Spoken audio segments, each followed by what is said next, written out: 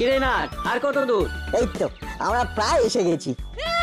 সেটা তুই 10 মিনিট ধরে বলেই যাচ্ছিস আমরা প্রায় এসে গেছি, আমরা প্রায় এসে গেছি।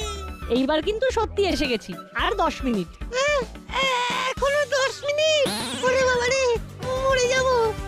ফুলোদা দেখো রিন্সদা কিরকম স্মার্টলি হাঁটছে, কানে ওয়াকম্যান লাগিয়ে গান শুনতে শুনতে।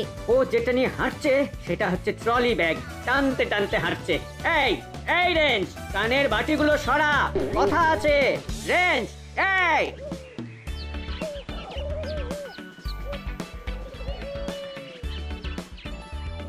রিন্সদা হেডফোনটা কান থেকে সরাও, ফুলোদা তোমায় কিছু বলবে। কি হয়েছে? ও আমরা তো হেঁটেই যাচ্ছি।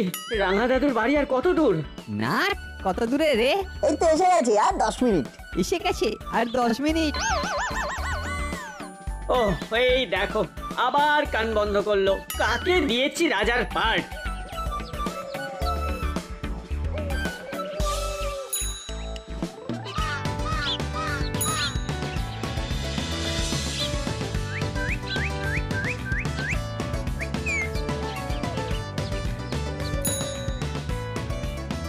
ওই দেখো, ওই যে পুরনো জমিদার বাড়িটা দেখতে পাচ্ছ, তার মানে আর 5 মিনিট।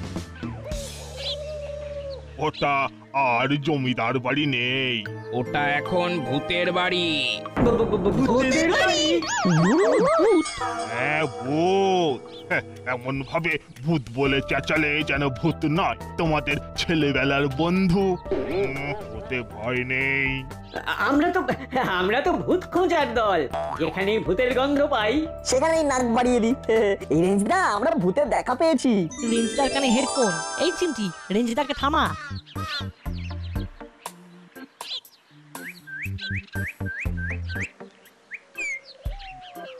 এই রিন্সদা থামো। আবার কি হলো? ওরা দাঁড়িয়ে আছে কেন? ওখানে চলো, ওখানে আমরা ভূতের বাড়ির সন্ধান পেয়েছি। ভূতের বাড়ি কোথায়? ওই জমিদার বাড়িতে ভূত আছে, এই মাত্র জানা গেল। বাহ, ভালোই হলো। রাঙা দাদুর বাড়িতে গিয়ে ব্যাগপত্র রেখে একটু ফ্রেশ হয়ে ভূত খুঁজতে বেরোবো। তোমরা কোথা থেকে আসছো? হ্যাঁ গো, তোমাদের মাথা ফাতা খারাপ হয়ে যায়নি তো? কেন আমাদের মাথা খারাপ হতে যাবে কেন? বাবা, ভূতের কথা শুনে এই রকম কেউ নাচতে পারে তা কখনো দেখিনি বাপু। আপনারা শুনলে অবাক হবেন। আমাদের ক্লাবের নাম হলো ভূত খুঁজি। আমাদের কাজ হলো ভূত খোঁজা। যেখানে দেখিব ভূত কিংবা ভূতের পুত, মনের জোরে এগিয়ে গিয়ে মোরা করে ফেলি তোলপার। এই পার ওই পার দেখতে পেলেই ভাই আর উপায় নাই, সোজা গিয়ে ভেঙে দি দাঁতের গোড়া দিয়ে শিলনোড়া।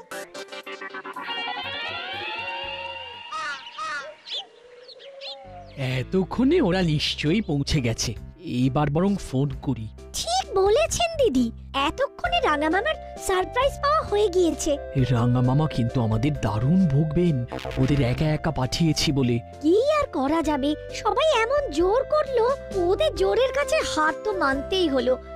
নিন নিন দিদি, ফোনটা করুন।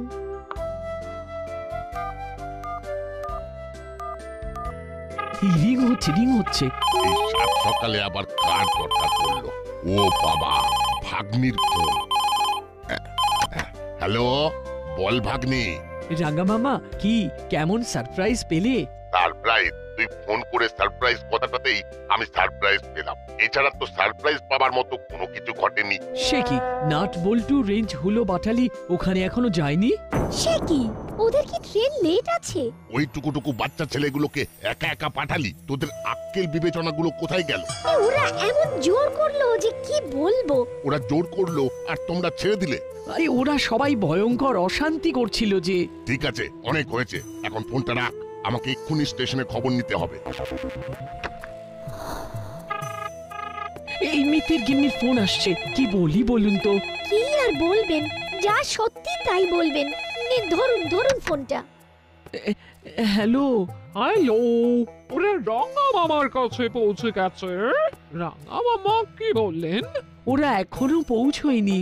মানে সময় অনুযায়ী তো ওদের এতক্ষণে পৌঁছে যাবার কথা।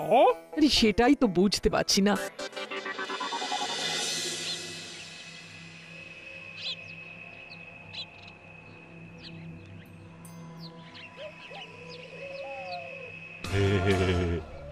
এসো এসো, এই তোমরা জমিদার বাড়ি দেখতে এসেছো? হ্যাঁ হ্যাঁ, এই শুনেছি এটা নাকি ভূতের বাড়ি। এই বাড়িতে নাকি সব ভূত থাকে। আমরা সবাই ভূত খুঁজির দল। আমরা ভূতের সন্ধানে সব জায়গায় ঘুরে বেড়াই। যেখানে ভূতের গন্ধ পাই সেখানে ঠিক ঠিক গন্ধ শুকে চলে যাই। আচ্ছা, তা কোথায় কোথায় গন্ধ পেয়েছো তোমরা? হ্যাঁ, শুধু গন্ধই পেয়েছি, ভূত তো আর দেখতে পাইনি। ও এটা এখানে যে ভূত আছে তোমাদের কে বললো? এই তো দুজন কাকু যেতে যেতে আমাদের বললো। আমাকে দেখে কি তোমাদের ভূত মনে হচ্ছে? হ্যাঁ, দেখে তো কিছু মনে হচ্ছে না। এসো এসো, ঘরে এসো, ঘরে এসো। আসবে মানে অনেকক্ষণ ধরে হাঁটছো, একটু ঘরে এসো, কিছু খাও। ভালো ভালো সন্দেশ আছে, রসগোল্লা আছে। বাবা, গেলেই হয়। অনেকক্ষণ ধরে হাঁটছি বুঝলেন, তারপর খিদেটাও বেশ পেয়েছে। ঠিকই বলেছিস দাদা। এখানকার ছানার মিষ্টি খুব ভালো। তোমাদের সবার যখন খিদে পেয়ে গেছে তখন চলো। হ্যাঁ, তোমরা ওই সিঁড়ি দিয়ে উঠে যাও, দেখবে ওখানে বুদ্ধুরাম আছে, ও তোমাদের ওপরে নিয়ে যাবে। আমি দরজাটা বন্ধ করেই আসছি, আর তোমাদের ব্যাগপত্র এইখানেই রেখে দাও, বুদ্ধুরাম নিয়ে যাবে পরে। হ্যাঁ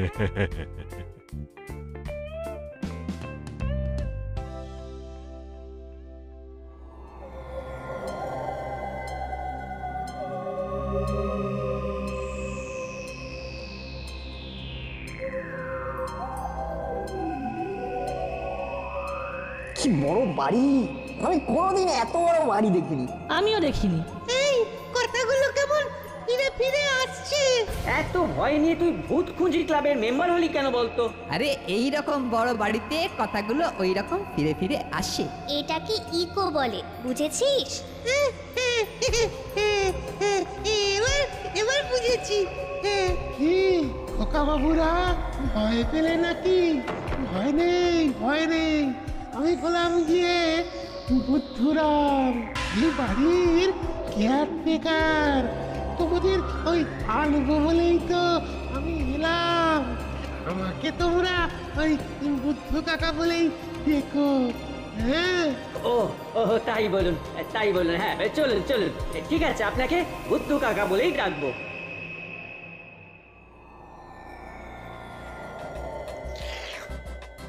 নাও, খেয়ে নাও। ও দেখি তাহলে দেখেই যাও, আর খেয়ে কাজ নেই। আমরা খাই, তুমি চেয়ে চেয়ে দেখো।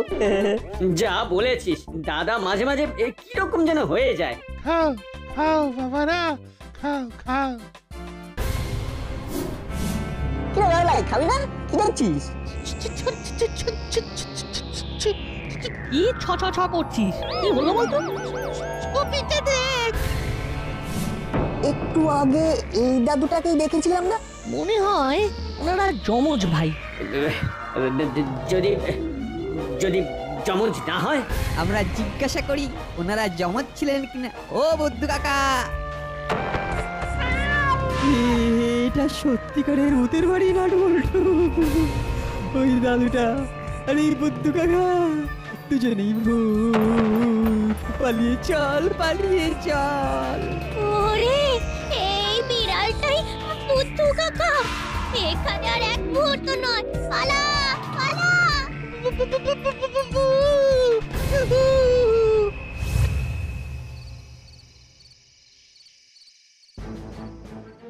খুব বাজে কাজ করেছিস তোরা। ওই দুজন লোক তোদের বারণ করলো, তা সত্ত্বেও তোরা ওই বাড়িতে ঢুকলি। এদিকে আমাদের কি অবস্থা, সবাই ফোন করছে। আমাদের খুব ভুল হয়ে গেছে দাদু। আর কখনো হবে না। রাঙা দাদু, প্লিজ তুমি রেগে যেও না। এবার আমরা একদম সামলে চলবো। আচ্ছা রেঞ্জ, তুই আছিস, হুলো আছে, পাটালি আছে, তোরা তো বড়, তোরা কোথায় ওদের আটকাবি তা না, তোরাও তালে তাল দিলি। জানিস না ওই বাড়িটা খুব ভয়ঙ্কর? কেন ভয়ঙ্কর? কেন? গদাই বাবুর একটা ছেলে ছিল, বাইরে থাকে। সে এসে বাবাকে বলেছিল বাড়িটা বিক্রি করে ওর কাছে গিয়ে থাকতে। গদাই বাবু রাজি হয়নি। তারপর একদিন শুনি গদাই বাবু নিখোঁজ। নিখোঁজ মানে? শুনেছি গদাই বাবু আর ওর চাকরকে এই বাড়িটার লোভে সেই প্রমোটারের লোকজন। থাকবে, এসব কথা তোদের না জানলেও চলবে। তবে তারপর থেকে মাঝে মাঝে এই বাড়ির চারপাশে গদাই বাবুকে আর ওর চাকর বুদ্ধুরামকে দেখা যায়। হ্যাঁ, ছেলেগুলো খুব ডাকাবুকো, বারণ করা সত্ত্বেও ওরা ওই বাড়ির মধ্যে ঢুকলো। ওই টুকু বাচ্চা ছেলে এত সাহস থাকতে পারে, না দেখলে বিশ্বাস হয় না। ওরা ওই বাড়িতে গিয়ে ভূত দেখে পালিয়েছে। হ্যাঁ দাদা, আমি ওদের সবাইকে ছুটে পালাতে দেখেছি।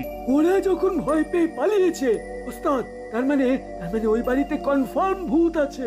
কিন্তু এটাই তো বুঝতে পারছি না, হঠাৎ করে শুনি গদাই বাবু নিখোঁজ। সারা গ্রামে উঠে গেল গদাই বাবু আর তার চাকর নিখোঁজ হয়েছে। আর তারপর এই সব ব্যাপার সকলে মাঝে মাঝে দেখে গদাইবাবু আর তার চাকরকে ঘরের মধ্যে, আবার কখনো দেখে ঘর শূন্য, কিচ্ছু নেই। এমনিতেই সবার মুখে মুখে বাড়িটা একেবারে ভূতের বাড়ি হয়ে গেল। আমার বিশ্বাস ওই বাচ্চাগুলো আবার ওই বাড়ির মধ্যে যাবে। ওই বাচ্চাগুলোকে আমাদের ফলো করতে হবে লুকিয়ে লুকিয়ে। না না দাদা, আমরা ভেতরে যেতে পারবো না, ভূত থাকুক আর ছাই না থাকুক। তোমাদের অনেক টাকা দেবো, আসলে আমরা ওদের কাছে যেতে পারি না, তার কারণ ওরা আমাদের চিনে ফেলবে।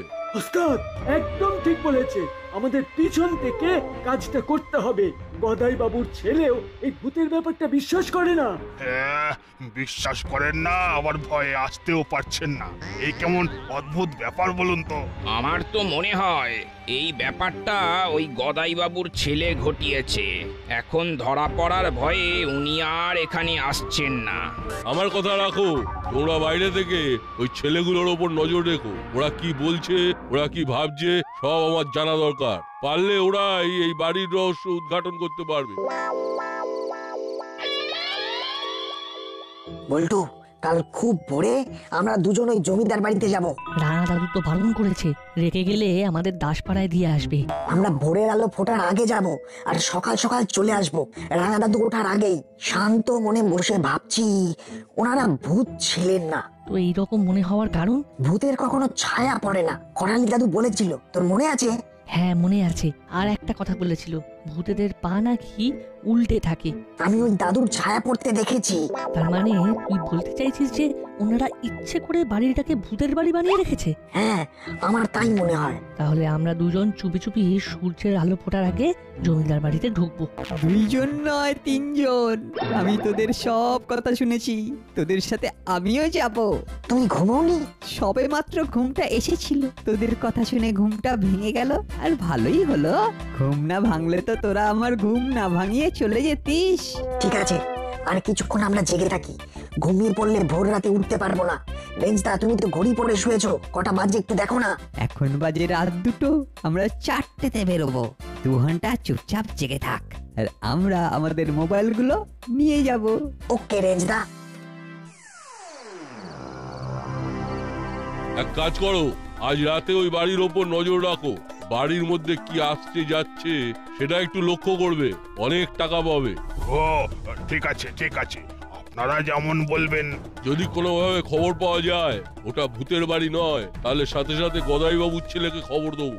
উনি এসে পুরো বিষয়টা দেখবেন, অনেক টাকা পাওয়া যাবে।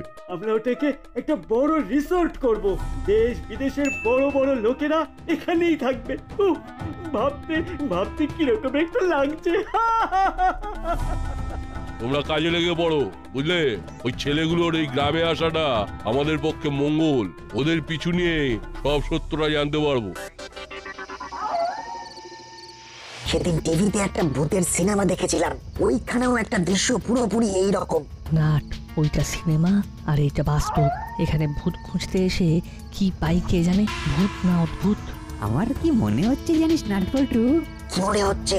আমার মন বলছে আজ আমরা ভূত দেখবই। তাহলে বলছো ওই গদাই দাদু আর বুদ্ধু কাকা ভূত?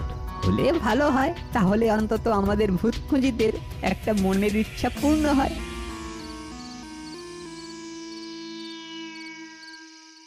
আমরা এসে গেছি। আরে বাস, ভূত আমাদের জন্য গেট খুলে রেখে গেছে।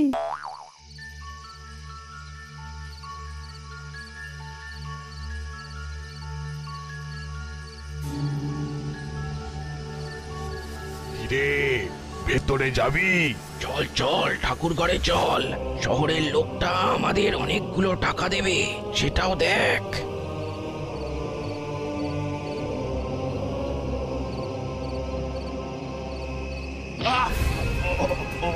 ওরে বাবা কি হলো রে, কি হলো? ওরে মারলো রে, উফ কি যন্ত্রণা! ওরে বাবা রে বাবা! এই ভূত আছে রে, ভূত!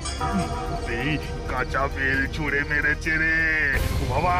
না না না না না, এখানে আর এক মুহূর্ত নয়, পালা পালা। কেউ চিৎকার করলো, শুনতে পেলি বল্টু?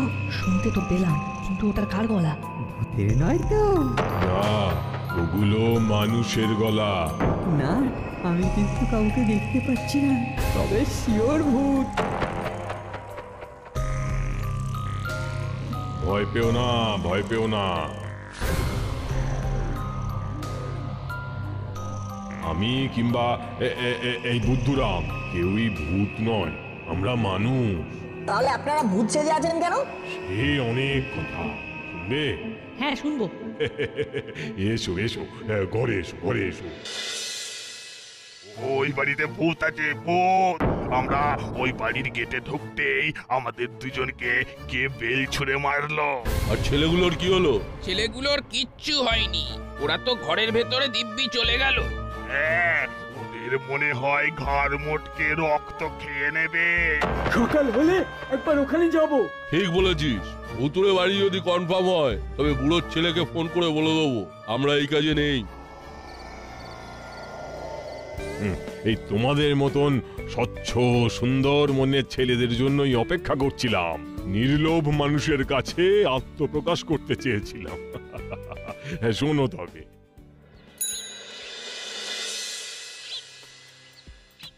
নাট বল্টু আর রেঞ্জ কোথায় গেল? সেটাই তো বুঝতে পারছি না। আচ্ছা রাঙা দাদু, ওরা তিনজন ওই ভূতের বাড়িতে যায়নি তো? আমি নিশ্চিত ওরা ওই বাড়িতেই গেছে। কি সর্বনাশ!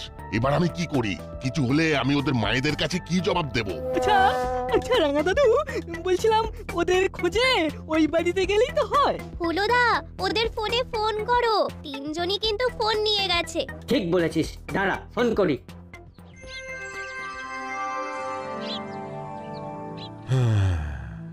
তা শুনলে তো বাবারা, কেন আমরা ভূত হয়ে আত্মগোপন করে আছি।